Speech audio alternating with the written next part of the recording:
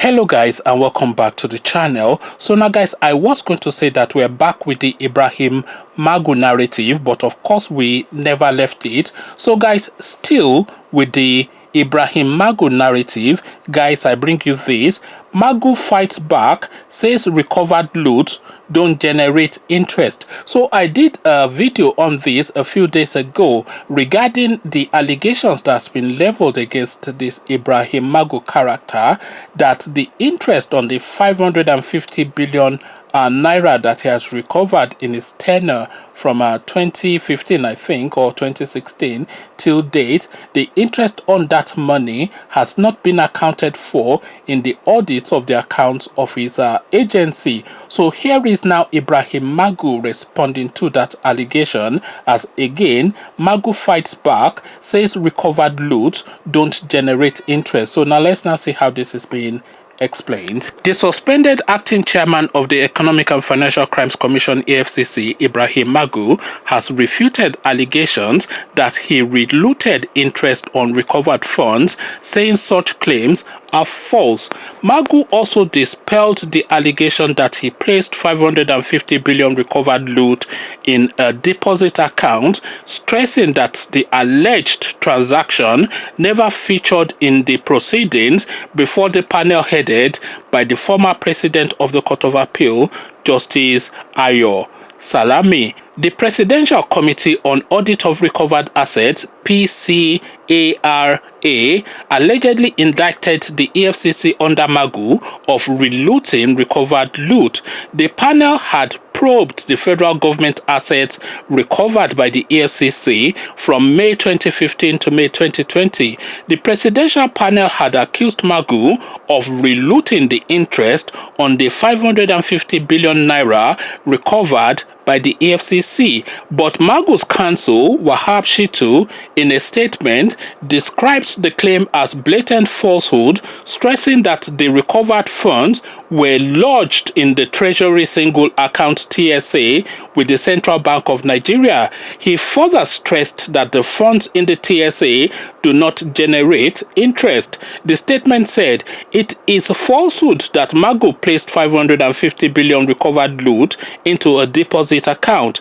The alleged transaction never featured in the proceedings before the Salami panel. Magu was never confronted with any such allegation by the panel, and the news is blatant falsehood. To the best of Magu's knowledge, no such amount is in any such account, and he remains aghast at such outrageous figures. No one has confronted Magu with such allegations. All recovered funds are lodged in the Treasury Single Account TSA with the Central Bank of Nigeria CBN. Such recovered funds do not generate interest. This is elementary and can be verified from the Central Bank of Nigeria and the Federal Ministry of Finance. This can also be confirmed from other government revenue generating agencies. Funds kept in TSA account do not generate interest, the statement added. Magu, who was arrested on July 6 by a combined team of officials of the Department of State Services (DSS) and 10 Force Criminal Investigation Department (FCID) Abuja, is currently being interrogated by the Justice Ayo Salami-led panel. Meanwhile, the EFCC Secretary Olanipekun Olukayode and directors of the commission were invited for another round of interrogation by the panel, just as the investigation over alleged mismanagement of recovered loot and selling of seized assets to associates under Magu's tenure entered its sixth day. The EFCC secretary and the directors were last week invited by the panel to provide information on the handling of the recovered loot. However, Olanipekun and the directors, who were said to have worked closely with Magu, were grilled for hours by the presidential panel yesterday. Magu, who was suspended by President Buhari last week, was also quizzed by the panel sitting in the villa. Allegations against Magu include include alleged discrepancies in the reconciliation of records of the EFCC and the Federal Ministry of Finance on recovered funds, declaration of 504 billion as recovered funds instead of 543 billion found in the Central Bank of Nigeria recovery account. He was also accused of insubordination to the office of the Attorney General of the Federation, AGF. Magu was accused of not providing enough evidence for the extradition of Dezani Alison Madueke and the alleged late action on the investigation of P&ID leading to legal dispute. These are some of the allegations listed in the memo sent to President Muhammadu Buhari by the Attorney General of the Federation, Abubakar Malami, SAN. Meanwhile, the General Overseer of Divine Hand of God, Prophet of Ministry International, Abuja, Prophet Emmanuel Omale, has sued the News Agency of Nigeria over a report he described as malicious, derogatory, and libelous, with the caption, "How Magu used pastor to launder relooted funds abroad."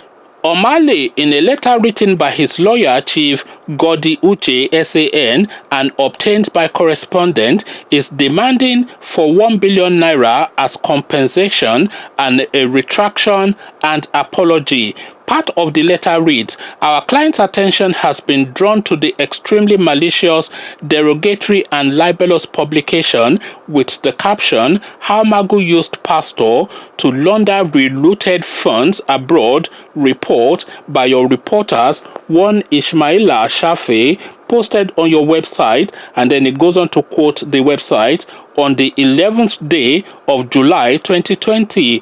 We, however, wish to make the following clarification to put the public record straight, that our client is the General Overseer of an interdenominational/multi-religious prayer ministry, which Mr. Ibrahim Magu attends. Our client only visited Mr. Ibrahim Magu in a hospital in Dubai, United Arab Emirates, sometime in March 2020. Our client never laundered any funds whatsoever for Mr. Ibrahim Magu, nor for anybody whatsoever. Our client does not own any foreign bank account anywhere in the world. There are no funds whatsoever traceable from Mr. Ibrahim Magu to our client's bank accounts whatsoever. Neither has our client received any funds whatsoever from Mr. Ibrahim Magu. Our client has never received any funds whatsoever from anybody on behalf of Mr. Ibrahim Magu. Our client does not own any property in Dubai. His name was never used to purchase any property whatsoever in Dubai, United Arab Emirates, or anywhere else in any part of the world. Neither has he purchased any property or properties for Mr. Ibrahim Magu in any part of the world whatsoever. The letter also added, "We wish to state by reason of the said libelous publication, which was read by millions of persons all over the world, our client has been severely injured in his reputation, character, and calling. Our client has hereby been brought into ridicule, public scandal, hatred, denigration, odium, and contempt, and lowered in the estimation of right-thinking members of society. We therefore demand the immediate retraction of the libelous publication by way of an unequivocal apology to our client, prominently published in at least 3 national newspapers, not later than 7 days from the date of your receipt of this letter, and that you refrain from further defamation of our client forthwith. Otherwise, a libelous suit against News Agency of Nigeria will commence you, your organization, claiming the sum of 1 billion naira as exemplary, aggravated, general damages for defamation and for an injunction if you fail to comply. Further to notice, this letter constitutes a formal notice of intention to sue." So, the other half, of course, is an appendage, but it is really the denial of Ibrahim Magu that is the thrust of this particular video. So it's broken into two segments. So the one from the pastor is just the jara on top.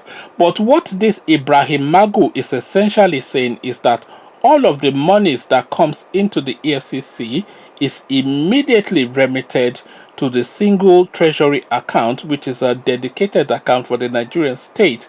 So that single treasury account resides within the Central Bank of Nigeria, and within that single treasury account, the different parastatals within the Nigerian state and the ministries and the agencies, etc., they have their individual accounts. So it is this account, therefore, that Ibrahim Magu is saying that these monies were paid into.